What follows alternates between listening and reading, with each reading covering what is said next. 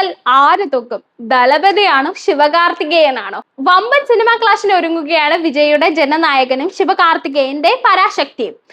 ശിവകാർത്തികേയനെ നായകനാക്കി സുധാ കൊങ്കാര സംവിധാനം ചെയ്യുന്ന പരാശക്തി വലിയ നിയമ പോരാട്ടങ്ങൾക്കൊടുവിലാണ് റിലീസിന് തയ്യാറെടുക്കുന്നത്. സിനിമയുടെ തിരക്കഥയുമായി ബന്ധപ്പെട്ട് AD രാജേന്ദ്രൻ എന്ന വ്യക്തി മദ്രാസ് ഹൈക്കോടതിയിൽ നൽകിയ ഹർജി പരാശക്തി സിനിമയുടെ റിലീസ് അനിശ്ചിതത്വത്തിൽ ആക്കിയിരുന്നു. എന്നാൽ തെളിവുകളുടെ അഭാവത്തിൽ ഹൈക്കോടതി ഹർജി തള്ളുകയും സിനിമയ്ക്ക് അനുകൂലമായ വിധി പുറപ്പെടുവിക്കുകയും ചെയ്തു.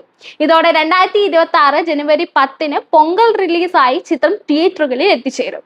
1960കളിൽ തമിഴ്നാട്ടിൽ നടന്ന ഹിന്ദി വിരുദ്ധ പ്രക്ഷോഭങ്ങളുടെ പശ്ചാത്തലത്തിലാണ് ഈ ചിത്രം ഒരുങ്ങുന്നത്. ഭാഷാ സമരത്തെയും അക്കാലത്തെ രാഷ്ട്രീയ സാഹചര്യങ്ങളെയും അടിസ്ഥാനമാക്കിയുള്ള ഒരു പീരിയോഡിക് ഡ്രാമ മോഡാണ് സിനിമ അവതരിപ്പിക്കുന്നത്. ചിത്രത്തിൽ ചെഴിയാൻ എന്ന വിപ്ലവകാരിയായ യുവാവായി ശിവകാർത്തികേയൻ എത്തുമ്പോൾ പ്രശസ്ത താരം രവി മോഹൻ അല്ലെങ്കിൽ ജയൻ രവി ഒരു ശക്തമായ പോലീസ് ഉദ്യോഗസ്ഥന്റെ വേഷത്തിൽ എത്തുന്നു എന്നതും ചിത്രത്തിന്റെ മറ്റൊരു ഹൈലൈറ്റ് ആണ്.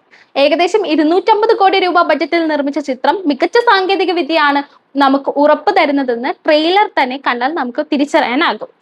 സംഗീത സംവിധായകൻ GV പ്രകാശിന്റെ 100ാമത്തെ ചിത്രവും എന്ന ഒരു പ്രത്യേകത പരാശക്തിക്കുണ്ട്. ചിത്രത്തിലെ ഗാനരംഗങ്ങൾ ഇപ്പോൾ തന്നെ സോഷ്യൽ മീഡിയയിൽ തരംഗമായി കഴിഞ്ഞു.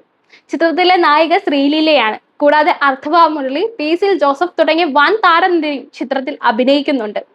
പൊങ്കലിൽ ഇറങ്ങുന്ന വിജയ് ചിത്രമായ ജനനായകന് ചെക്ക് വയ്ക്കാനാണ് DMK പരാശക്തി റിലീസ് നേരത്തെ ആക്കിയതെന്ന ഒരു വാദവും തമിഴ്നാട്ടിൽ പരക്കെ പ്രചരിക്കുന്നുണ്ട്. ഒരേ സമയം 2 സിനിമകൾ വിപണിയിൽ എത്തുന്നതോടെ തമിഴ് സിനിമാ മാർക്കറ്റിന് 2025 വലിയ ചലനമാണ് ഈ വർഷം പ്രതീക്ഷിക്കുന്നത്. പൊങ്കലിൽ പരാശക്തിയാണോ ജനനായകനാണോ പ്രേക്ഷകർ ഏറ്റെടുക്കുക? നിങ്ങൾ ഏത് സിനിമയ്ക്കാണ് കാണാൻ പോകുക?